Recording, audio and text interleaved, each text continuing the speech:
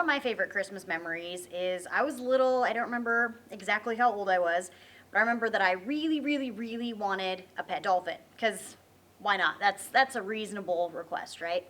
And I remember waking up Christmas morning really early, seeing this giant bag with my name on it from Santa.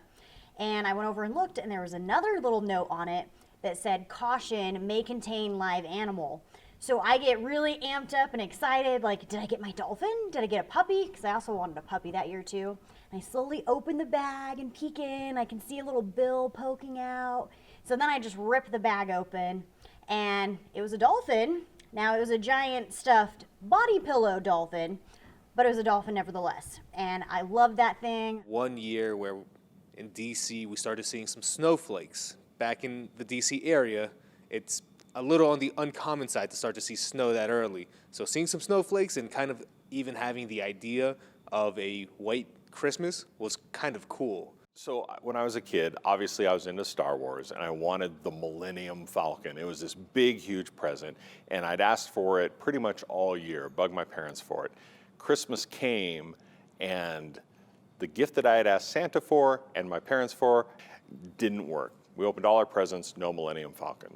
And we're all done, we're all relaxing in the living room, and my dad said, "Hey, Matt, why don't you go start the fire?" We had this really nice fireplace, and me being all dejected and went over to the fireplace, and I took out the match, and there was already, wood in the fireplace, and I struck the match to light the kindling for the fire, and my dad jumped over and said, "No, no, no, no, no."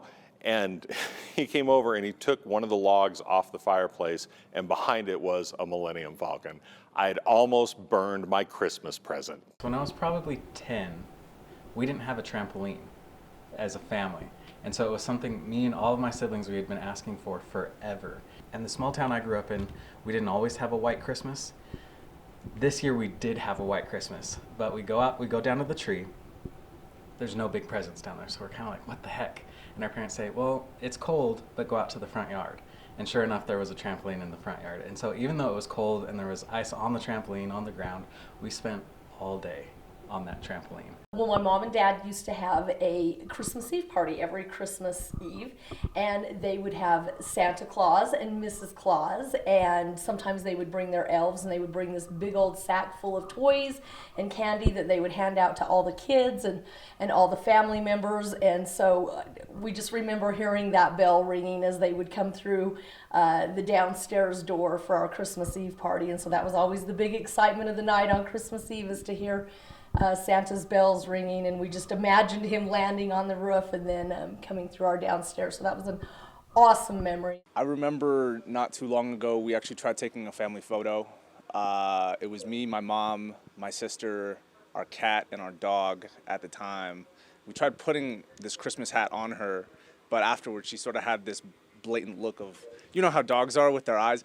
It was the outcome of the picture was definitely something that you could laugh about. So I have this amazing Christmas memory of being a little girl, probably like 9 or 10 years old, and my parents grew up 30 minutes outside of New York City. So I remember the first time I went into Manhattan was that Christmas, and just walking down 5th Street Avenue and seeing all the lights and seeing the tree at Rockefeller Center, and that was the first Broadway show I ever saw, The Little Mermaid. So I'll never forget that Christmas. It was amazing.